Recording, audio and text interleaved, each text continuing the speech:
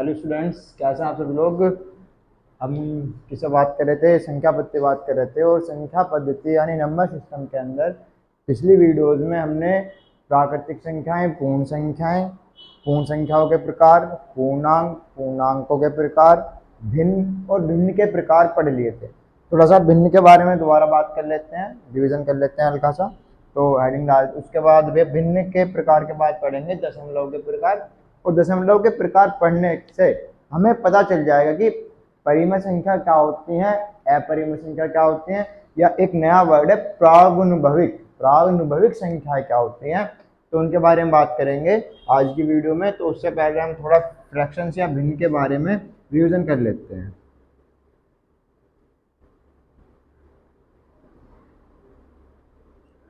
भिन्न या फ्रैक्शन, भिन्न या फ्रैक्शन क्या होते हैं, हम लास्ट वीडियो में पढ़ चुके थे कि वे नंबर जो बटे में लिखे हों, जो किस में लिखे हों, बटे में लिखे हों, भिन्न कहलाते हैं।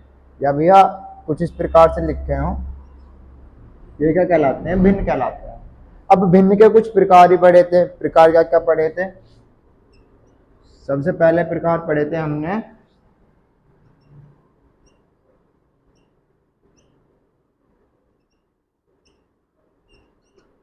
उचित भिन्न,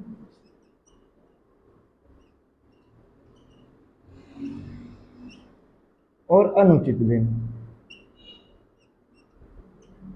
यानी जी प्रॉपर फ्रैक्शन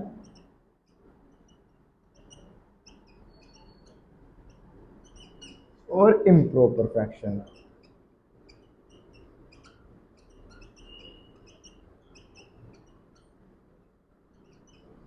ये चीजें हमने लास्ट वीडियो में पढ़ ली थी। उचित भिन्न वे भिन्न, यानी भैया वे भिन्न जिनका ऊपर वाला छोटा हो, नीचे वाला बड़ा हो, यानी अंश छोटा हो, हर बड़ा हो। इसमें इसे क्या है? अंश। और ये क्या है जी? हर। अगर अंश तो छोटा हो और हर क्या हो जी? बड़ा हो, तो वे भिन्न कैसे कहलाती हैं? उचित भिन्न। जैसे भैया 1/2, 3/4, 5/6, मतलब ऊपर वाला छोटा होना चाहिए, नीचे वाला बड़ा होना चाहिए, वे कहलाएंगे उचित भिन्न। अनुचित भिन्न में इससे उल्टा पड़ा था, वे भिन्न जिनमें ऊपर वाला तो बड़ा हो लेकिन नीचे वाला कैसा हो? छोटा हो। तो अंश तो बड़ा हो लेकिन हर क्या हो जी? छोटा हो, वे क्या कहलाएंगी? इम्प्रॉपर फ्रैक्शन या अनुचित भिन्न। और उसमें भी हमने पढ़ा था कैसे वाली से, 6/5, ऊपर वाला बड़ा है, नीचे वाला छोटा है। 9/3, ऊपर वाला बड़ा है, नीचे वाला छोटा है। 9/2, ऊपर वाला बड़ा है, नीचे वाला छोटा है। तो कैसी भिन्न है? अनुचित। ये कैसी भिन्न है? उचित। उसके बाद भी हम हिस्से ये चीज पढ़ी थी कि अनुचित भिन्न को तुम चेंज कर सकते हो, अनुचित भिन्न को तुम चेंज कर सकते हो मिश्रित भिन्न में। कौन से भिन्न में? मिश्रित भिन्न में।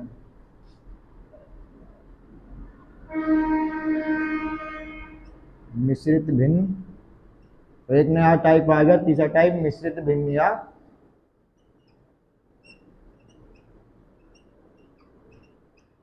Mixed fraction. अब मिश्रित भिन्न या मिक्स्ड फ्रैक्शन क्या होती है? जब फ्रैक्शन कुछ मिश्रित तरीके से लिखी हो, मिक्स्ड फॉर्म में लिखी हो, तो इसे कहते हैं मिक्स्ड फ्रैक्शन। यानी इसमें सही आ रही हो उसे क्या कहेंगे? मिश्रित भिन्न या मिक्स्ड फ्रैक्शन। तो हमने पढ़ा था कि हम इम्प्रॉपर को या अनुचित को किस में चेंज कर सकते हैं? मिश्रित में। और मिश्रित को किस में चेंज कर सकते हैं? अनुचित में। कैसे कर सकते हैं? ये कैसे लिया जी? मिश्रित है तो मिश्रित में क्या करते हैं? इधर करो मल्टीप्लाई, 3 × 3, और जो ऊपर लिखा है उसे करो प्लस। 3 एकम 3 2 5। अब भैया बट्टे में वो आएगा जो इसके बट्टे में लिखा होगा, बट्टे में वो आएगा जो इसके बट्टे में लिखा होगा। तो कैसी भिन्न बन गई? ऊपर वाला बड़ा है, नीचे वाला छोटा है। कैसी भिन्न? अनुचित भिन्न। अभी ये कैसी है? मिश्रित भिन्न। और मिश्रित भिन्न को चेंज करना सिखाया था किसमें? अनुचित भिन्न में। और अनुचित भिन्न को भी चेंज करना किसमें सिखाया था? मिश्रित भिन्न में। तो अनुचित से मिश्रित में कैसे चेंज करोगे जी? देखो चेक करो।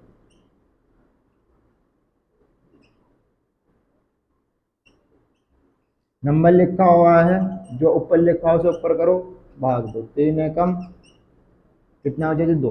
जो भाग देकर पूरा पूरा आ रहा है उसे भाग्य लिखो, जो शेषफल है उसे ऊपर लिखो, और जो भैया जिससे डिवाइड दिया, जिससे भाग दिया, उसे नीचे लिखो। ये रहा तुम्हारा मिश्रित भिन्न।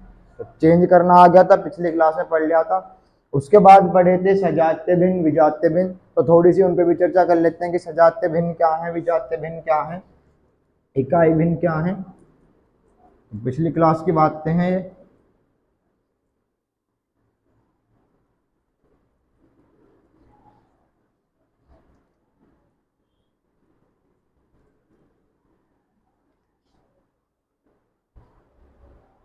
तो बात करते हैं जी नेक्स्ट पे,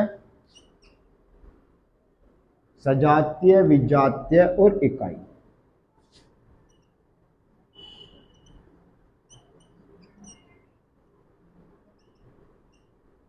सजातीय भिन्न,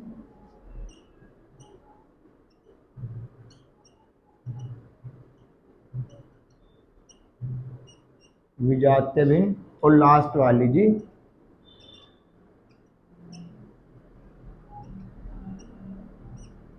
इकाई भिन्न। सजातीय यानी जी, सजातीय का मतलब है तुम्हारा लाइक फ्रैक्शंस। कैसी फ्रैक्शंस? विजातीय का मतलब है अनलाइक फ्रैक्शंस।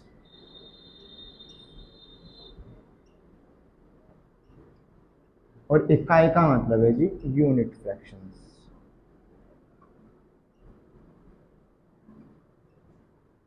अब जो हमने इससे पहले बात करी, इससे पहले हमने बात करी जी प्रॉपर पे यानी उचित भिन्न पे या अनुचित भिन्न पे, वो होती एक फ्रैक्शन के बारे में, एक भिन्न के बारे में बताएगी कि उचित है या अनुचित है।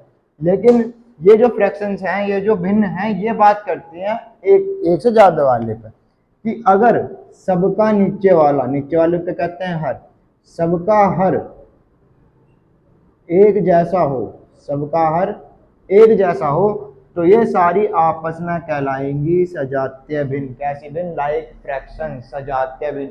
अगर क्या हर क्या हो भैया, हर क्या हो, सेम हो, एक जैसा हो।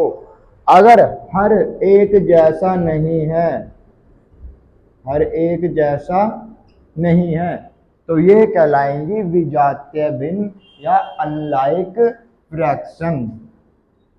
हर सेम नहीं है, अगर हर सेम है तो सजातीय, हर सेम नहीं है तो विजातीय। उसके बाद यूनिट फ्रैक्शन, अगर सबका अंश कितना हो, जो भी तुमने भिन्न लिखी उसका अंश अगर एक है, तो ये सारी भिन्न कहलाएंगी इकाई भिन्न या यूनिट फ्रैक्शंस। अंश कितना होना चाहिए जी? एक। ये बातें हम पिछली क्लास में कर चुके थे। अब चलते हैं आगे। आगे से पहले एक भिन्न और बचती है, समतुल्य भिन्न। समतुल्य भिन्न में पढ़ा था कि दोनों का मान क्या होना चाहिए? समान होना चाहिए। इसे लिखते हैं, फिर चलते हैं समतुल्य भिन्न पे कि समतुल्य भिन्न क्या है। तो जी सजातीय, विजातीय, इकाई भिन्न के बाद एक भिन्न और बचती है, लास्ट वाली समतुल्य भिन्न। और उसका तरीका बता दिया कि समतुल्य भिन्न कैसे चेक करनी है। और समतुल्य भिन्न की चेक करने के तरीके से हमने ये भी चेक कर लिया था कि बड़ी भिन्न कौन सी होगी।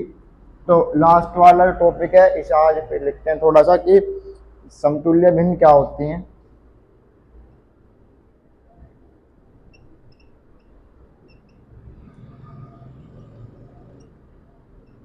समतुल्य भिन्न इंग्लिश में बोलते हैं जी इक्विवेलेंट फ्रैक्शंस।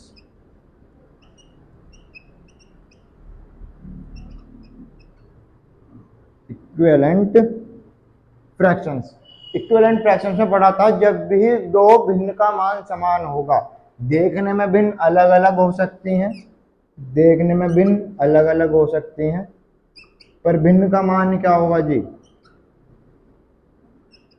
समान होना चाहिए। भिन्न का मान क्या होना चाहिए? समान होना चाहिए। देखने में अलग अलग है, पर अगर हमें सोल्व करेंगे, सरलीकरण करेंगे इसका, तो 1/3, इसका मान कितना आएगा? 1/3। इसका मान कितना आएगा? 1/3। 18, इसका मान कितना आएगा? 1/3। मान समान होगा, मान समान हो तो भिन्न कैसी होंगी? समतुल्य होंगी, समान होंगी। तो क्या होना चाहिए? मान समान होना चाहिए। अगर मान समान होगा तो भिन्न कैसी होंगी जी? समतुल्य होंगी। समतुल्य भिन्न चेक करने का एक तरीका ही बताया था। क्या तरीका था? मान लो कोई भी दो भिन्न दिख रही है तो चेक कैसे करना है जी? इसकी मल्टीप्लाई इधर करो, इसकी मल्टीप्लाई इधर करो। 28 दूनी 36, 6 18। दोनों का मान समान नहीं है, दोनों का मान समान नहीं है तो दोनों भिन्न आपस में समतुल्य समतुल्य नहीं है। सोल्व करके चेक करने की जरूरत नहीं है। उसी प्रकार अगर समतुल्य हो तो ऑप्शन उठाते हैं 1/3, 6/18, 6/18। तो भैया 18 एकम 18 और 6×18, दोनों तरफ मान कितना है? इसके इधर करी, 1 के 18 में करोगे 18, 6 की 3 में करोगे 18, दोनों तरफ मान कैसा आया? अगर दोनों तरफ मान सेम आएगा तो भिन्न क्या होंगी? समतुल्य होंगी, इक्विवेलेंट होंगी। अगर मान समान नहीं आता तो भिन्न समतुल्य नहीं होंगी। अब ये बात हम पढ़ चुके थे पिछली वीडियो में। अब इससे आगे की बात, आज दशमलव की बात करेंगे इस वाली वीडियो में। और दशमलव पढ़ने के बाद सब पे संक्रियाएं पढ़ेंगे, जितने भी नंबर हैं सब पर संक्रियाएं पढ़ेंगे और हमें पता चल जाएगा दशमलव पढ़ते ही कि परिमेय संख्या क्या होती है, अपरिमेय संख्या क्या होती है। हर बच्चा कंफ्यूज होता है कि भैया ये परिमेय क्या है, पी बाई क्यू की फॉर्म में तो ये भी लिखा जा सकता है, वो भी लिखा जा सकता है। तो ऐसी ट्रिक बताएंगे कि देखते ही पता चल जाए कि संख्या अपरिमेय है या नहीं है। अब बहुत सा कहते हैं कि रूट वाले सारी संख्या अपरिमेय है, पर जी अगर हम √4 की बात करें तो √4 अपरिमेय नहीं है। 10th में एक टॉपिक है, सिद्ध करनी होती है कि रूट वाली संख्याएं कुछ होती हैं, कुछ रूट वाली √2, √3, √5 सिद्ध करो कि अपरिमेय संख्याएं। तो उनके बारे में बात करेंगे कि कैसा पता चले कौन सी संख्या जो रूट में लिख के अपरिमेय है और कौन सी संख्या जो रूट में लिख के अपरिमेय नहीं है। तो इसे नोट करते हैं, फिर हम चलते हैं आगे दशमलव पर। तो भाई लोगों, भिन्न के बाद अब हम चलते हैं, भिन्न समाप्त करने के बाद अब हम चलते हैं किस पे जी? दशमलव पे। कि दशमलव क्या है, दशमलव कितने प्रकार के होते हैं, दशमलव प्रसार कितने प्रकार के होते हैं, दशमलव प्रसार होता क्या है, तो सारी बात करेंगे अभी। तो भैया हेडिंग डालते हैं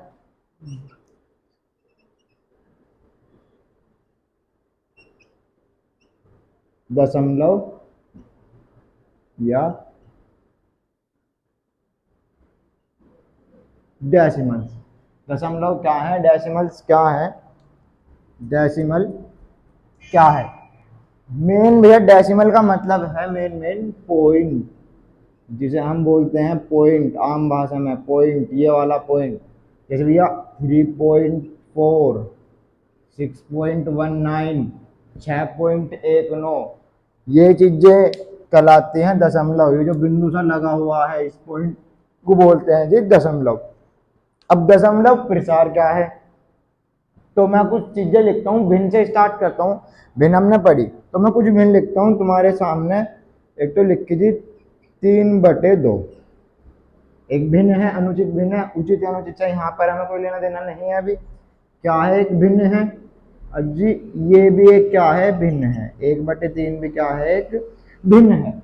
अब भिन्न को हम पता है, हम भाग करेंगे, अगर डिवाइड करेंगे तो अगर पूरा पूरा डिवाइड नहीं होगा तो हम पॉइंट लगा के डिवाइड कर सकते हैं। कैसे कर सकते हैं? देखो ध्यान दो, पॉइंट में डिवाइड कैसे करते हैं?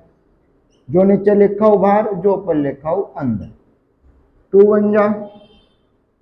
अब या तो जिसमें चेंज कर लो मिश्रित में, लेकिन आगे भी हम क्या कर सकते हैं? पॉइंट लगाएंगे, क्या उतार लेंगे? 0, 2 5 जा। तो इस भिन्न का मान कितना आया? 1.5 किसमें?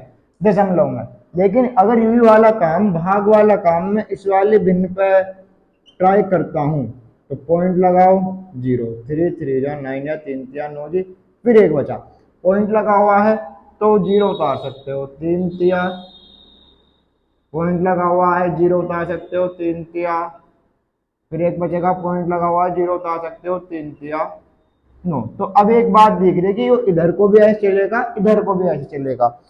ये कभी ना तो इधर समाप्त होगा ना इधर समाप्त होगा। लेकिन ये पॉइंट के बाद समाप्त हो गया।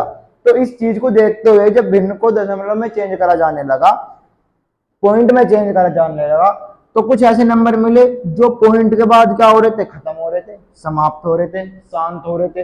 और कुछ ऐसे मिले जो पॉइंट के बाद समाप्त नहीं हो रहे थे, तो इन्हें अलग अलग नाम दिया गया। तो नाम कैसे कैसे दिया गया देखते हैं। तो सबसे पहले दशमलव को दो जगह बांटा गया, दशमलव को दो जगह बांटा गया, इसे कहते हैं पॉइंट। पहला जो भैया इसके बाद लिखा जाता है, जैसे मान लो जी लिखा 1.333, इसे कहते हैं दशमलव प्रसार। पॉइंट के बाद जो लिखा जाता है उसे कहते हैं उसका दशमलव प्रसार।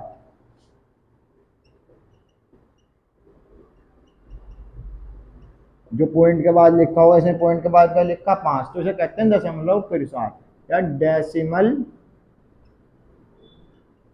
एक्सपांशन। अब डेसिमल एक्सपेंशन के हिसाब से हमने दशमलव को बांटा जी स्टार्टिंग में दो जगह। कैसे कैसे बांटा, पहला था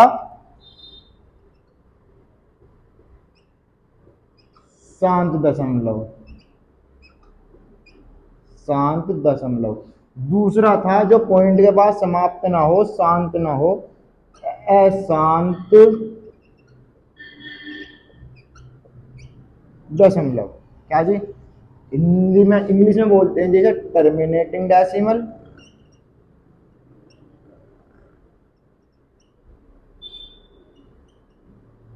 टर्मिनेटिंग डेसिमल एक्सपांशन, एक्सपेंशन यानी दशमलव प्रसार।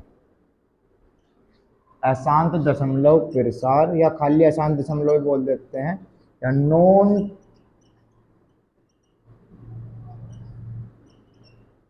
Terminating decimal expansion.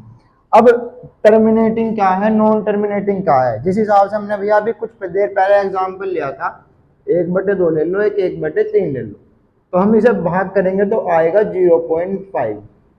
अगर एक को 2 से भाग कर या पॉइंट लगाओगे 0, तो 5 जा 10, तो कितना आएगा 0.5। लेकिन उसी प्रकार अगर इसे भाग करा जाएगा तो क्या आएगा, 333 आता रहेगा बार बार, तो यहाँ क्या आएगा 0.3333।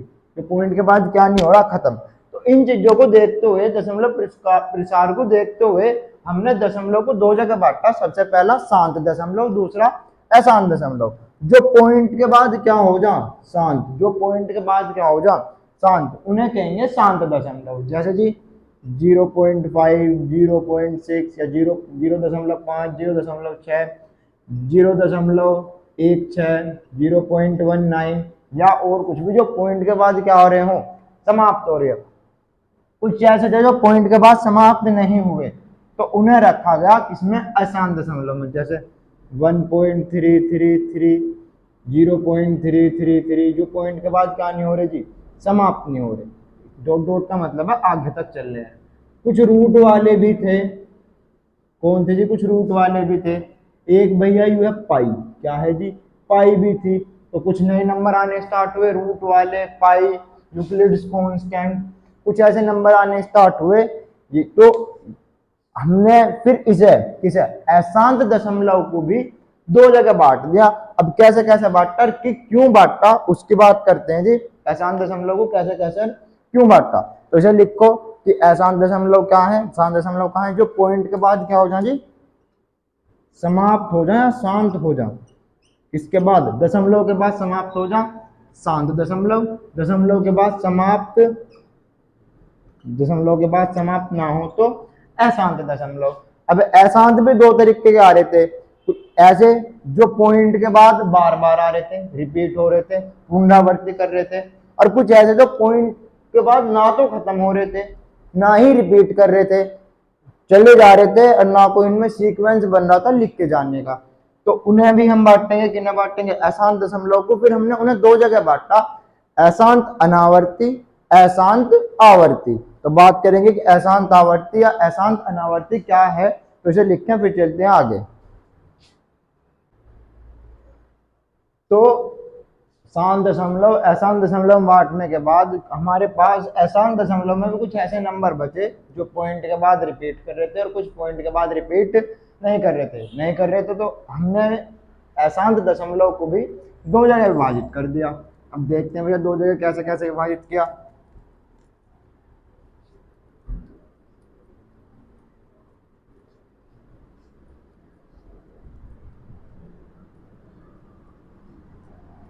दो जगह जी किसे बांटा इस बार, दशमलव के अंदर प्रकार पड़ा कौन, अशांत दशमलव।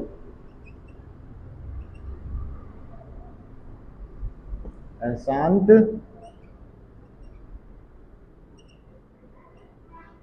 दशमलव या नॉन टर्मिनेटिंग डेसिमल। अब बांटा कैसे कैसे, यहां ध्यान दो, नाम बहुत बड़ा सा है। पहला नाम है, हिंदी में तो छोटा नाम है, इंग्लिश में थोड़ा बड़ा सा है। पहला है अशांत आवर्ती, क्या जी, अशांत आवर्ती। और दूसरा है अशांत अनावर्ती।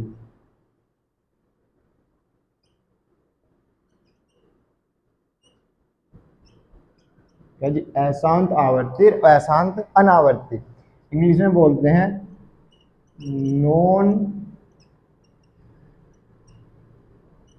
Non terminating repeating, non terminating repeating decimal. Decimal expansion भी कह सकते हो, खाली डेसिमल भी हो सकते हो। और रिपीटिंग की जगह एक नाम हो रहा था, कभी कभी लिखा हुआ रिकरिंग, क्या जी, रिकरिंग। इसी प्रकार इसमें non terminating non repeating, non terminating non repeating decimal. और रिपीटिंग की जगह यहां भी क्या लिख सकते हो, रिकरिंग। क्या लिख सकते हो जी, रिकरिंग भी कभी कभी किसी किसी बुक में लिखा हुआ आ जाता है। अब इतना पढ़ने के बाद अब पता क्या भैया कि अशांत आवर्ती क्या है, अशांत अनावर्ती क्या है। आवर्ती का मतलब है घूम फिरकर उसी जगह वापस आ जाना, घूम फिरकर उसी जगह वापस आ जाना, यानी पॉइंट के बाद नंबरों क्या हो जाना, रिपीटेशन स्टार्ट हो जाना। अब किस तरीके से, मान लो भैया कोई नंबर लिखा 1/3 और भैया एक है, तुमने पढ़ा होगा पाई। तो 1/3 को जो तुम डिवाइड करोगे तो 0.0339, पॉइंट के बाद ऐसी 333 आता चला जाएगा, 0.3333, इसके बाद रिपीट होता चला जाएगा। इसी को क्या कह सकते हो भैया, जो नंबर रिपीट कर रहा है, जो नंबर रिपीट कर रहा है उसके ऊपर लगा सकते हो तुम बार। क्या लगा सकते हो, बार। यानी ये नंबर बार बार क्या कर रहा है, रिपीट कर रहा है बार बार। इस नंबर की क्या हो रही है जी, आवृत्ति हो रही है। उसी प्रकार तुमने पढ़ा होगा कि पाई की वैल्यू होती है 3.141592, ऐसी जी आगे तक। तो इसमें क्या होता, ना तो वैल्यू रिपीट करती और ना ही जो भैया बाद का मान आ रहा है, जो प्रसार आ रहा है, ना ही खत्म होता। इसमें क्या हो रहा, प्रसार तो खत्म नहीं हो रहा, लेकिन जो यू वैल्यू आ रही है, जो 3 आ रहा है, यू ही बार बार आ रहा है, इसकी ही आवृत्ति हो रही है। तो नंबर कैसा कहलाएगा, अशांत आवर्ती। अभी ये जो पाई है, पाई में ना तो वैल्यू रिपीट कर रही, यानी जो बाहर यू नंबर लिखा गया इधर, ना तो यू आगे जाके कुछ रिपीट कर रहा और ना ही जी इसमें यू बाहर खत्म हो रहा, आगे जाके इधर खत्म हो रहा, इसका प्रसार खत्म हो रहा। तो ये नंबर कैसा, अशांत आवर्ती। ये नंबर कैसा, शांत आवर्ती, अशांत अशांत आवर्ती। और कैसा, अशांत अनावर्ती। तो लिख लेंगे जैसे जी 0.333, जरूरी नहीं है इतना ही हो, ऐसा भी हो सकता है 1.4747, 2 नंबर का भी रिपीटेशन हो सकता है, 3 नंबर का भी रिपीटेशन हो सकता है, 4 नंबर का भी रिपीटेशन हो सकता है, 5 का भी हो सकता है, 6 का भी हो सकता है। अब कैसे पता चलेगा कि कितने अंक बाद रिपीटेशन होगा किसी भिन्न में या कितने अंक बाद नहीं होगा, तो इस चीज को भी आगे पढ़ेंगे। पहले पढ़ लेते हैं अशांत आवर्ती में कौन कौन आएंगे, अशांत अनावर्ती में आएंगे ये वाले पाई, यूक्लिड्स कांस्टेंट। रूट के अंदर वे वाले नंबर, रूट के अंदर वे वाले नंबर जो पूरे पूरे ना खुल सके, जो पूरे पूरे ना खुल सके। पूरे पूरे मतलब जी, जैसे भैया कुछ नंबर लिखता हूं मैं तुम्हारे सामने, √2 और √4। √2 तो पूरा पूरा नहीं खुलेगा, लेकिन √4 क्या हो जाएगा, पूरा पूरा +-2 में खुल जाएगा। तो क्या खुला, पूर्णांक खुला। अब पूर्णांक खुला तो इसमें तो दशमलव है ही नहीं, तो दशमलव के अंदर आएगा ही नहीं, तो ये अशांत अनावर्ती के अंदर आएगा नहीं। इसी प्रकार से एक होता नंबर √9, √9 क्या खुलता, +-3। तो जब यू पूरा पूरा खुल रहा है तो रूट किसके अंदर नहीं आएगा, अशांत अनावर्ती के अंदर नहीं आएगा। तो इस चीज को हम कुछ इस प्रकार कह सकते हैं, इसको कुछ हम इस प्रकार कह सकते हैं कि अगर रूट के अंदर पूर्ण वर्ग लिखा हो, रूट के अंदर क्या लिखा हो, रूट के अंदर पूर्ण वर्ग, ये पूर्ण वर्ग क्या होते हैं सभी समझाएंगे। अगर रूट के अंदर पूर्ण वर्ग लिखा हो तो किस में नहीं आएगा, अशांत अनावर्ती के अंदर नहीं आएगा। पूर्ण वर्ग क्या होते हैं, पूर्ण वर्ग के बारे में बाद में बात करेंगे। अब ये नंबर देखो कौन कौन से, पाई, ई, √2, √3, √5, √6, √7, √8, 9 पूरा पूरा खुल जाएगा तो पूर्णांक के अंदर चला जाएगा।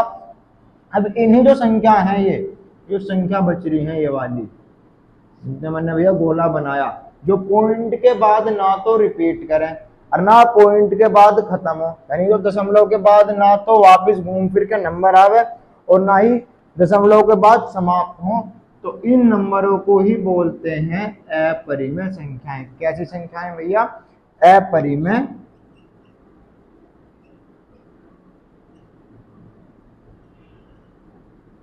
अपरिमेय संख्याएं, यानी जी इरेशनल नंबर्स। कौन सी संख्याएं, अपरिमेय संख्याएं, इरेशनल नंबर्स। और इससे पहले जितने भी नंबर पढ़े, ये भी ये भी ये भी, ये सारे एक कॉन्सेप्ट के अंदर आते हैं, सारे के सारे एक के अंदर आते हैं, एक संख्या के अंदर आते हैं, जिसे नाम दिया जाता है जी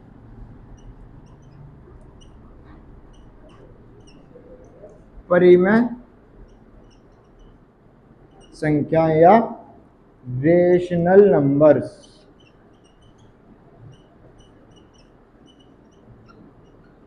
तो इन्हें नोट करो, फिर पढ़ते हैं कि अपरिमेय और परिमेय को बिल्कुल डीपली, कि इनकी डेफिनेशन क्या है और इन्हें कैसे कैसे वर्गीकृत किया गया।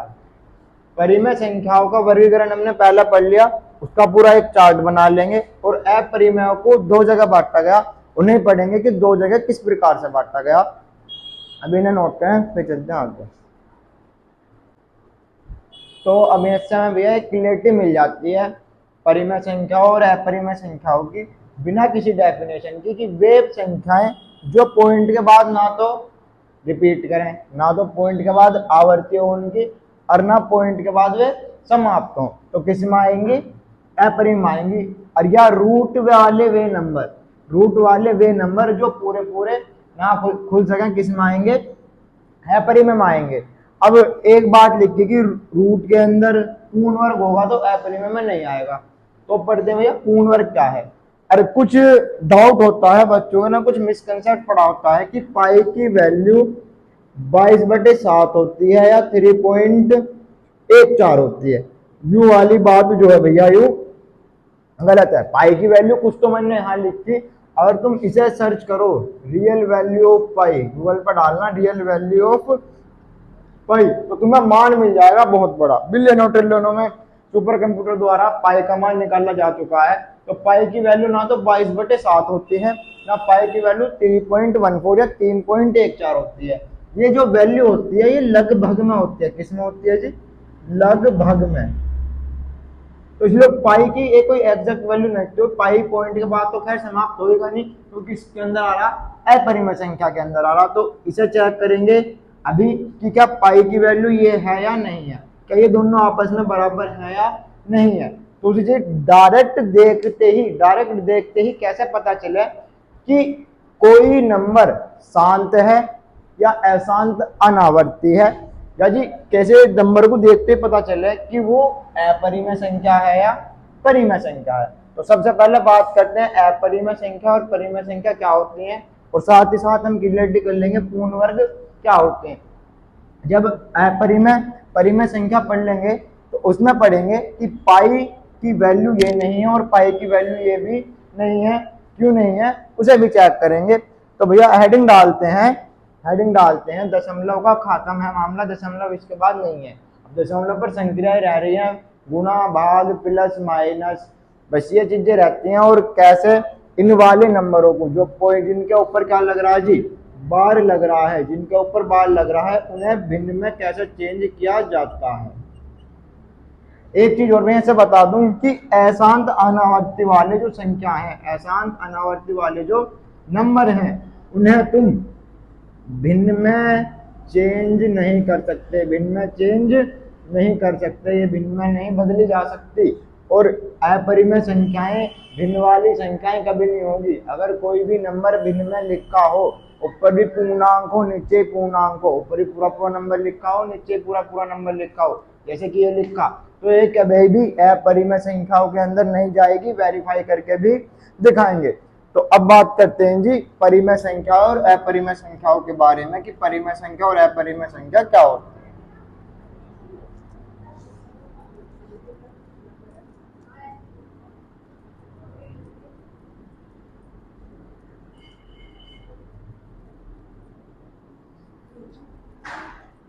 तो हेडिंग डालते हैं जी, हेडिंग डाल लेंगे परिमेय संख्या या अपरिमेय संख्या। तो हेडिंग डालते हैं कि अपरिमेय, नहीं पहले परिमेय लिखते हैं कि परिमेय संख्या क्या है,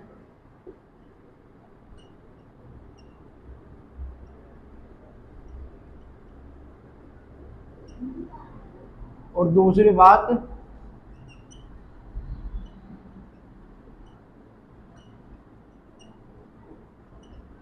अपरिमेय संख्याएं क्या है, यानी जी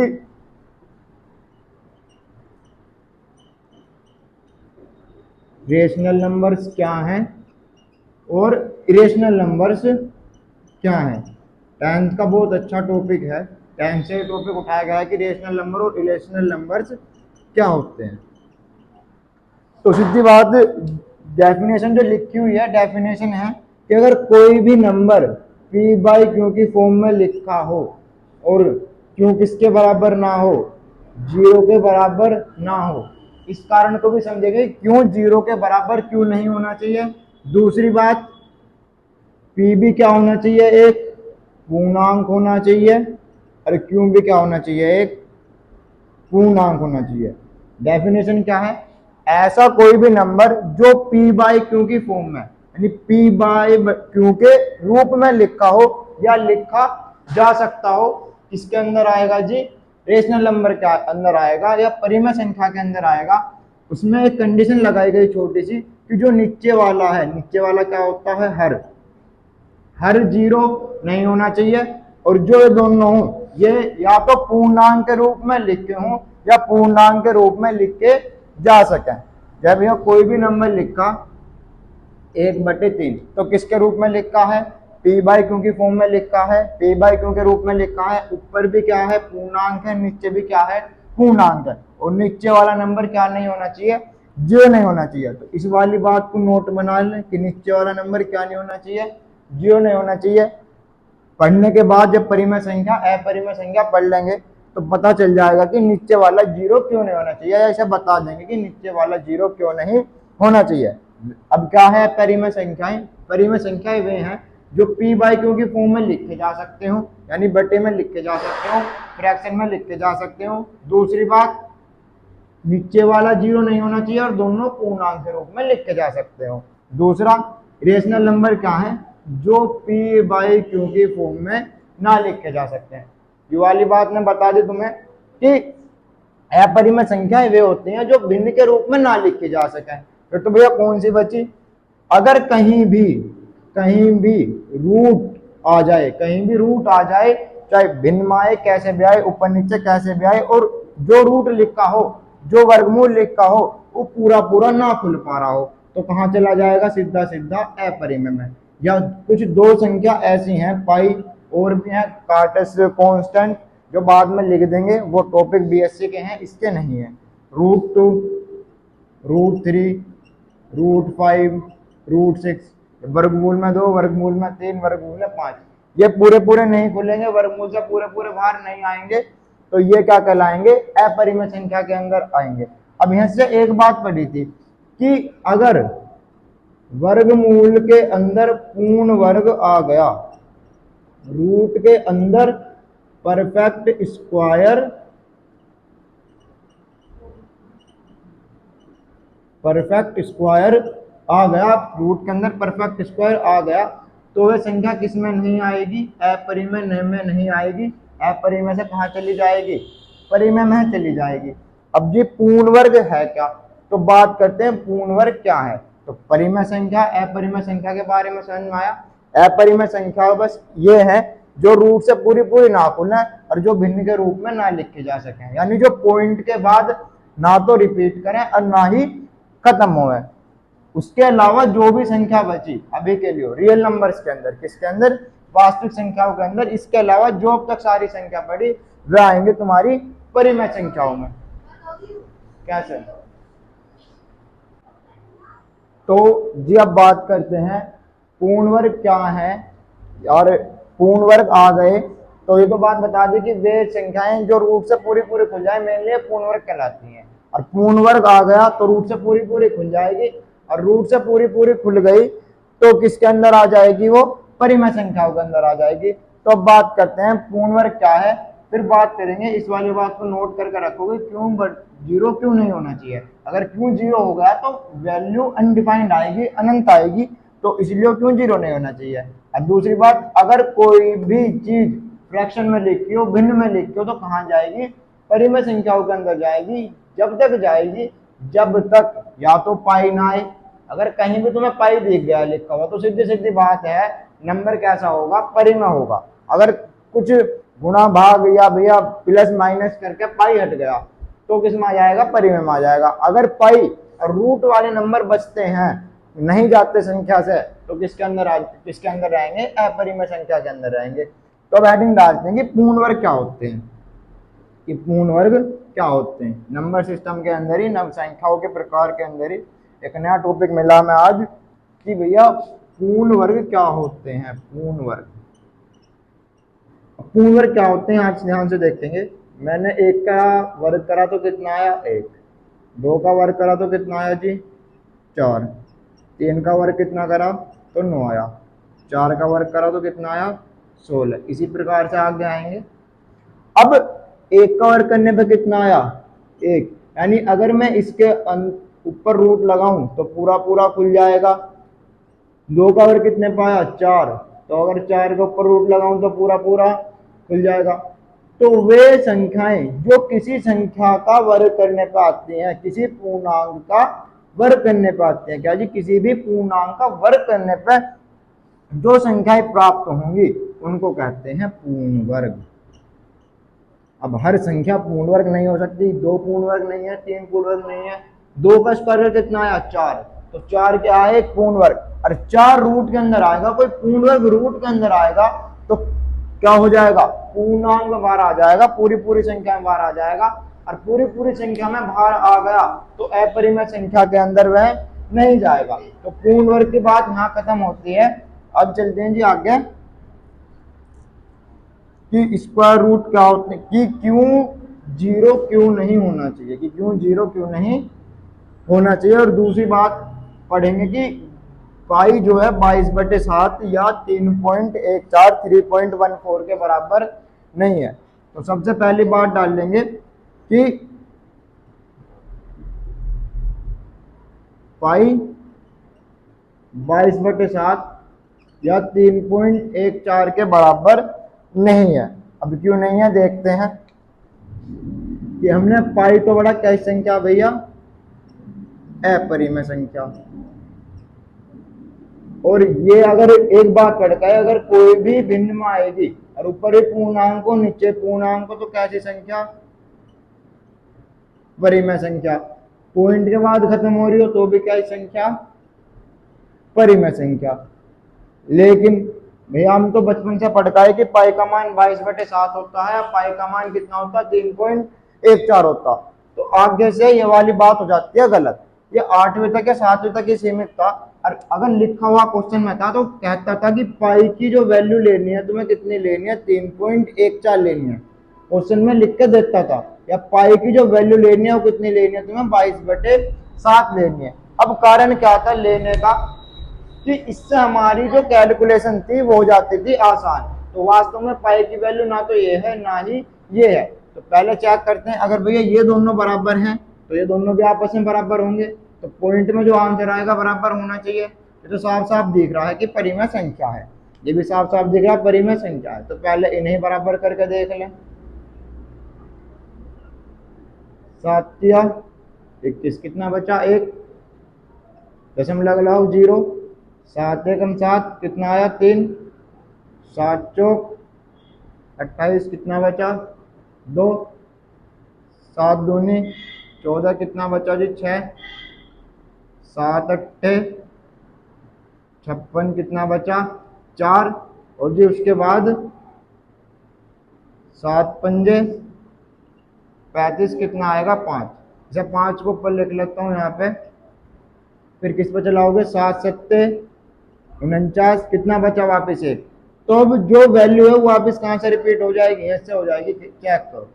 7 एकम 7 तो कितना बचा 3, 7 चौक 28 कितना बचा 2, 7 दूनी 14, फिर 6 बचेगा, और 7 अट्ठे 56, फिर 4 बचेगा, और फिर 4 ऊपर आएगा तो 7 पंजे 35, फिर 5 बचेगा, और 5 बचने के बाद 7 सत्ते 49, फिर 1 बचेगा। तो बार बार क्या वैल्यू रिपीट करेगी, 3.142857। जो वैल्यू जो नंबर बार बार रिपीट करेगा उस पर क्या लगा दोगे, बार। अब बार लग गया तो इससे तो पहली चीज दिख रही है कि ये दोनों ही आपस में बराबर नहीं है, क्योंकि 3.14 से बड़ा नंबर आ रहा है। अभी कितना है 3.14, तो 22/7 किसके बराबर नहीं है, 3.14 के। और भैया यू नंबर कैसा आ रहा है, 22/7 नंबर कैसा आ रहा है,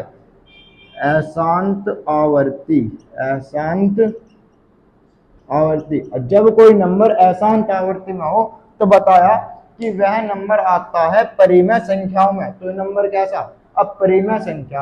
और पाई की वैल्यू कितनी पढ़ी थी जी हमने, 3.1415, इतनी चेक कर लो, इतनी पे भी क्या होगी चेंज। तो पाई की वैल्यू क्या होगी जी, ना तो यू आएगी ना यू आएगी। तो भैया फिर इन्हें क्यों लेते थे, लेने का कारण था 22/7 है, 3.14 लेने से जो हमारी कैलकुलेशन थी वो आसान हो जाती थी। अगर हम पाई की इतनी बड़ी वैल्यू लेंगे बिलियन ट्रिलियन में तो कैलकुलेशन कभी भी संभव नहीं हो पाने की, जो हम कैलकुलेशन करेंगे उसमें ही लगे रह जाएंगे, कोई आंसर नहीं आने का। तो लगभग में क्या करते थे जी, लगभग में क्या ले लेते 22/7, या क्या ले लेते थे 3.14, जिससे हमारी कैलकुलेशन क्या हो जाए आसान। ये लगभग में बराबर है, लगभग में इसमें बराबर है जी, लगभग में, एग्जैक्टली बराबर नहीं है। तो अब पता चला कि पाई ना तो 22/7 के बराबर, ना पाई 3.14 के बराबर। अब यहाँ से एक बात पढ़नी थी कि जो हमारी परिमेय संख्याएं थी उनमें नीचे वाला नंबर 0 क्यों नहीं होना चाहिए। दूसरी बात, ये कोई भी नंबर लिखा हो तो कैसे पता चलेगा कि कितने बाद रिपीट करेगा। तो इसका भैया सीधा सा तरीका है। सबसे पहली बात, अगर कोई भी नंबर भिन्न में लिखा है तो वो गारंटी या तो रिपीट करेगा या शांत हो जाएगा। अब ये बता दूं कि रिपीट कितने बाद करेगा अगर रिपीटेशन होना हो, शांत वाले की बात आगे कर लेंगे जब भिन्नों की संक्रियाएं पढ़ेंगे, या जो आवर्ती वाले हैं उनको चेंज करना स्टार्ट करेंगे। तो यहाँ से चेक करो कितने बाद, 1 बाद, 2 3 4 5 6, संख्या का मान कितना 7, नंबर कहाँ से रिपीट करना होगा, स्टार्ट 6 से। ऐसा हो सकता है, और एक हमने पढ़ा था 1/3, तो नीचे वाला नंबर कितना है 3, पर रिपीट कहाँ से स्टार्ट हो गया, पहले से ही। तो या तो 7 से पहले, यानी 7 से पहले किसी नंबर पे कभी भी रिपीट होगा, 7 से ऊपर नहीं जाएगा। एक के बाद 7 से पहले, अगर बटे में कितना लिखा 7, 3 लिखा तो 1 के बाद या 3 से पहले, 5 लिखा तो 1 के बाद या 5 से पहले। पर 5 एक ऐसा नंबर है जो किसमें ले आएगा, पॉइंट में। तो ये वाले 10th का टॉपिक है। अगर बटे में किसमें भैया, बटे में 2 की कोई भी घात हो या 5 की कोई भी घात हो या दोनों की एक साथ घात हो, तो नंबर जो है वो हमेशा शांत आएगा। ये वाली बात हमें आगे पढ़नी है। अभी थोड़ा सा तुम्हें दिखा दिया टेलर सा कि क्या है। अब ये बात समझ में आ गई कि पाई इसके बराबर नहीं है, और रिपीट कितने के बाद करेगा, जितना बटे में लिखा होगा। 9 लिखा तो 9 से पहले या 1 के बाद, यानी 9 से पहले कभी भी रिपीट कर जाएगा। अगर रिपीट नहीं कर रहा तो हमारी कैलकुलेशन में क्या है, गलती। जैसे कि यहाँ पे लिखा 22/7, अब कहता है कि इसका दशमलव प्रसार निकाल के दिखाओ। तो बहुत सा बच्चे क्या करेगा, यहाँ तक ही सोल्व करेगा, इसके बाद क्या देगा कि जो इसका दशमलव प्रसार है वो अशांत है। तो दशमलव प्रसार है वो क्या है, अशांत है। लेकिन कब तक चेक करना, 7 तक कम से कम हमें चेक करना है, 7 से पहले नहीं रुकना। अगर 7 के बाद रिपीट नहीं करता तो तुम्हारी कैलकुलेशन गलत है किसी भी भिन्न में, तो दोबारा भाग देके हमें चेक करना पड़ेगा।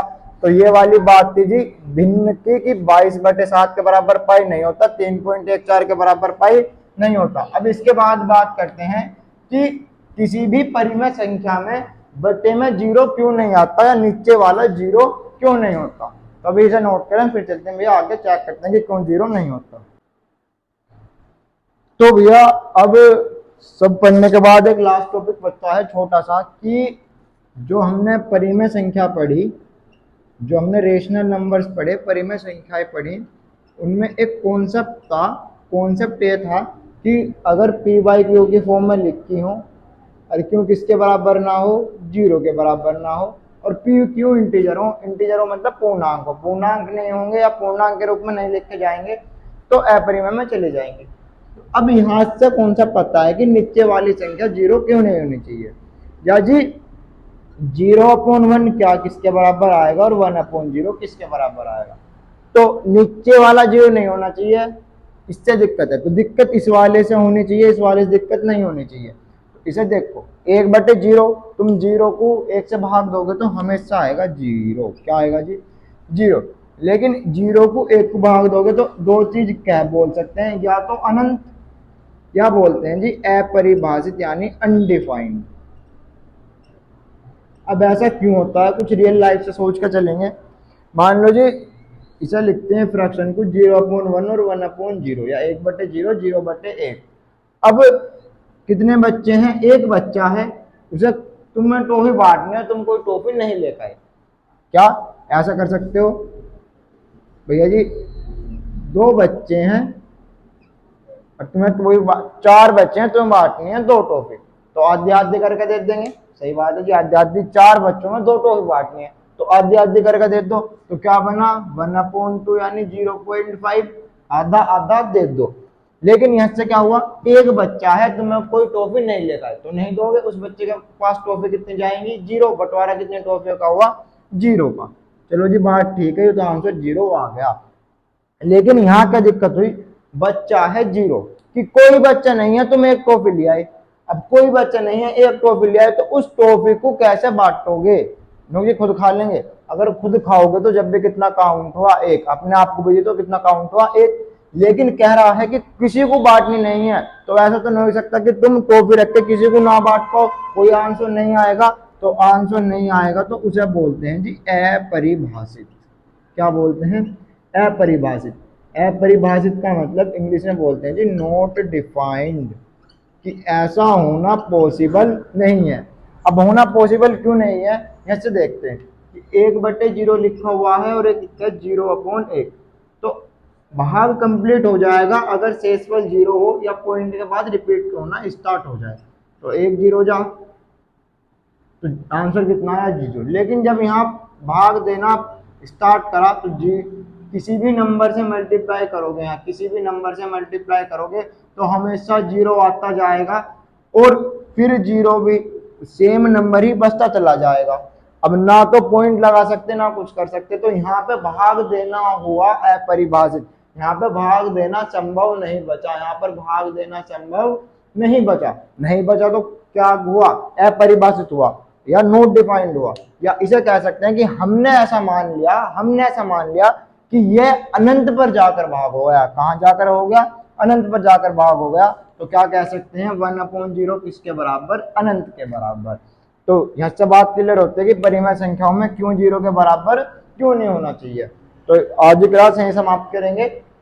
कल की वीडियो में, नेक्स्ट वीडियो में हम पढ़ेंगे कि पूर्णांकों पर संक्रियाएं क्या हैं, पूर्णांकों को कैसे जोड़ा जाता है, घटाया जाता है, गुणा करी जाती है, भाग करी जाती है, या उन्हें जोड़ने, घटाने, गुणा, भाग की क्या शॉर्ट ट्रिक्स हैं। इसी प्रकार उससे नेक्स्ट में पढ़ेंगे भिन्न पर संक्रियाएं। बहुत सारी चीजें जो इधर उधर की हैं मैं इसी नंबर सिस्टम में कंप्लीट करा दूंगा, like square and square root, यानी वर्ग और वर्गमूल, घन और घनमूल, सब लगभग संख्या पद्धति के अंदर मैं कंप्लीट कराता हुआ जाऊंगा, जो मुझे जिन जिन चीजों की नीड पड़ेगी। आप देख रहे होंगे कि लगभग मैं इससे बाहर ही जा रहा हूँ, बहुत अलग अलग कॉन्सेप्ट पढ़ा रहा हूँ कि पूर्ण वर्ग क्या है, फलाना ठिकाना, बहुत लंबा जा रहा है। तो आप बने रहें साथ। तो इस हिसाब से अब नेक्स्ट वीडियो में हम पढ़ेंगे पूर्ण अंकों पर संक्रियाएं।